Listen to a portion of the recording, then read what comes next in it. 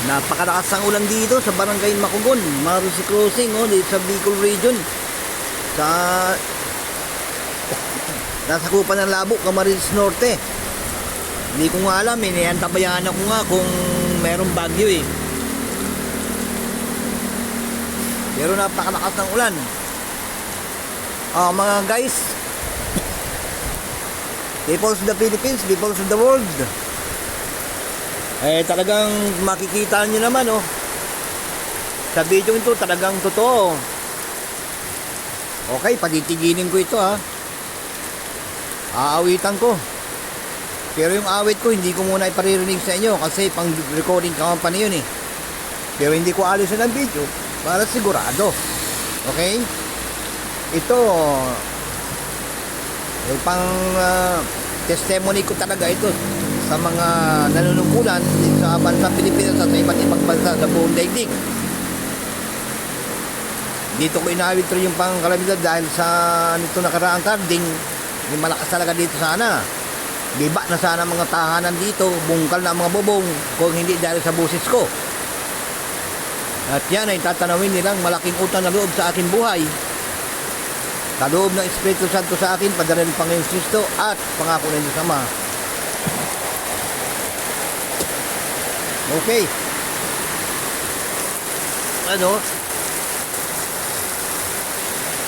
Mabaha sana yan. Paahon nga ako sa bukid kasi may tapusin akong trabaho. Hindi na ako nagsimba ngayon dahil 6 week na lang. Okay, awit ako pero ilalayo ko ito. Babulong lang ang awit ko.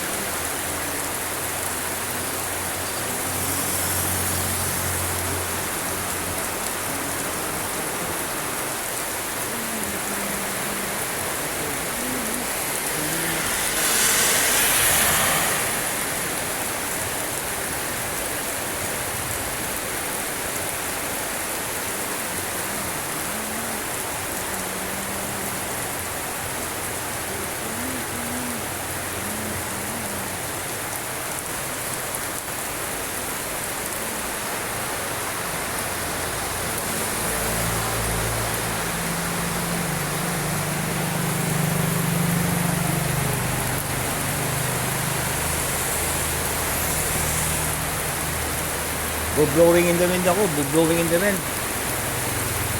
Boom! Then, maobserbahan natin kung gaano katagal. Kung gaano katagal ang epekto. Kasi nagsisimula pa lang naman ang ulan. Kung gaano katagal, pero walang problema kasi ang malakas na hangin wala naman. Nung bumagyo sa taas ang malakas na hangin dito, walang problema.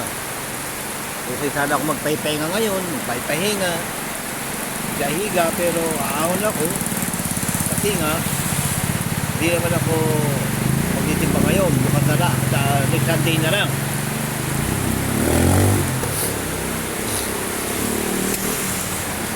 Anong oras na yun?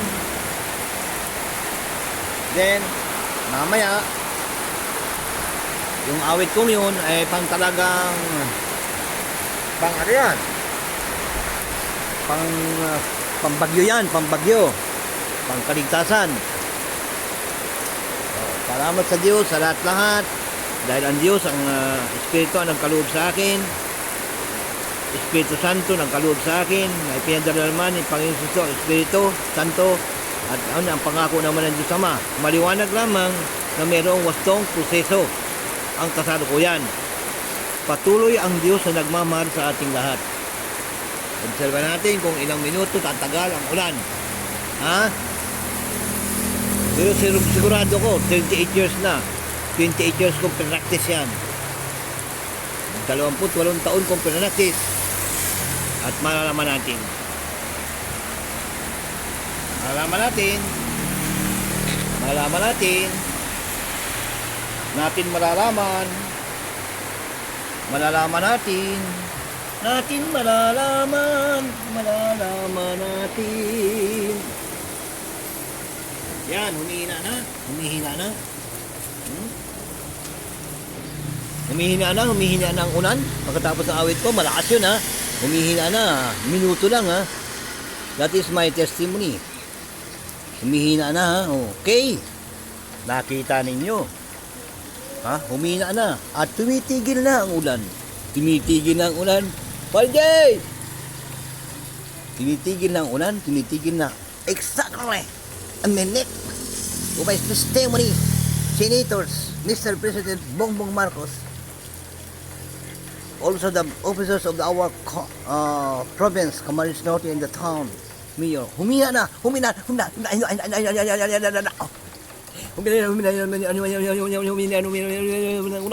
ulan, tigil na,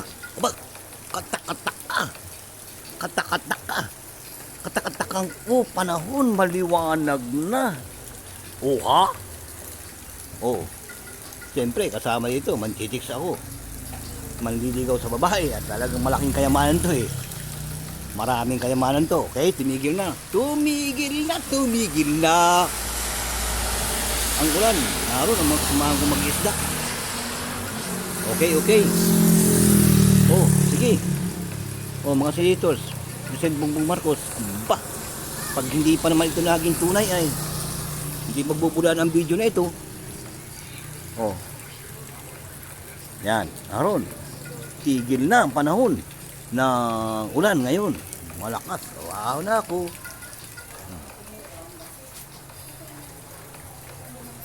Mapunang labi. Papapustiso. 5 pustiso. Pag umaga, pag merindalan, pantanghalian, pang merindalan, panghapunan. Gabi hindi na ako magpupustiso kasi patulog naman na may babae, may chicks. Siyempre, manliligaw eh. Na marangal, maayos, desente, at maginoo. Tumigil na talaga ulan oh. Tumigil na talaga oh. Minuto lang oh. Ano? Minuto. Ay, may mga parada, kumakain, karinderya. Ayos, masaya ang mga tao. Yan. Kaya hindi ako problema sa kanila. Okay? Sige.